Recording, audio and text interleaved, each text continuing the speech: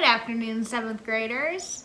Today's lesson is going to be about writing a personal narrative and also about showing rather than telling in our writing. So, a personal narrative is an example of a creative nonfiction essay, and it can also be called an autobiographical incident or an autobiographical sketch. But in this video, I'm going to refer to it as a personal narrative. We're going to go over a few features of a personal narrative and talk about some ideas for how you can make your own personal narrative really stand out.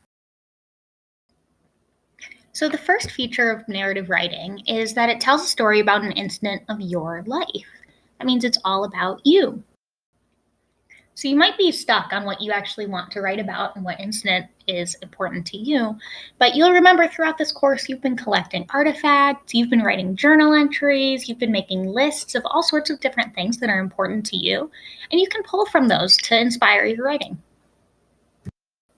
The next feature of narrative writing is that it takes place over a very short time period, maybe a day, a few hours, or even a few minutes. Think about it like this. Everyone has those moments where it's just a few minutes that go by, but it feels like hours because of all the thoughts and feelings that are happening inside of you. That's where the real story is, and that's where you're going to find your personal narrative. In order to make your narrative writing compelling, you're going to use really, really descriptive writing, especially if you're just only using a short period of time. Make sure you're using all 5 of your senses: touch, smell, taste, sight, and hearing. We practiced this in a journal entry about our favorite foods a while back. I'd even argue that there's a 6th sense that you can use, and that's your feelings and emotions. Using a feelings wheel like this one will help your reader empathize with you and help them understand what you were going through during this time. Another feature of narrative writing is that it's in first-person narration. This means that you're the narrator of the story and you're also participating in it. You'll use words like I and me and we rather than she and he and they to describe what's happening to you in real time. Personal narratives also include dialogue, both spoken and internal. Spoken dialogue is when you, the narrator, are having a conversation with somebody else, a family member, a friend, a pet, inanimate object, I don't judge. Internal dialogue is when you're narrating your thoughts that you're thinking to yourself. We'll talk about how to do both of these later in class. Your narrative is also going to use a story arc. You know the one. We used it in class a few weeks ago. It's going to have an exposition, rising action, a climax, falling action, and a resolution. The last feature I'm going to talk about is the lasting lesson that your narrative is going to teach your reader. So far in class, we've read 4 different stories. The Jacket, I Didn't Mean to Adopt a Dozen Pet Snails, When My Dad Turned Off the Internet, and I Cured My Pandemic Anxiety by Making Tiny Food Out of Clay. Think about each of these stories and how they had a deeper meaning about maybe the pandemic or life itself or family, and really think about what lesson you can teach to your reader through your personal narrative. So those are some of the main features of narrative writing. Think about how you can incorporate them into your own personal narrative when you start writing them. Next, I'm going to talk about showing, not telling, which is going to elevate your writing and make it more interesting to your reader. So it's possible that you've heard me or other writing teachers that you've had in the past say show, not tell when it comes to your writing. But what does that really mean? You can't show somebody an image because it's writing, and everything seems like telling. So I'm going to explain kind of what this means and what it looks like using some great writers. Let's take a look at this sentence here. The man is old. Okay, the man is old. Yes, we're using an adjective to describe this man, and yes, this might bring a picture to your mind, but how do we know that the picture in your mind is the one that the author wants you to see? There's lots of different types of old men. You might be picturing a warm, gentle, grandfatherly type, or you might be picturing a majestic, wise old guru.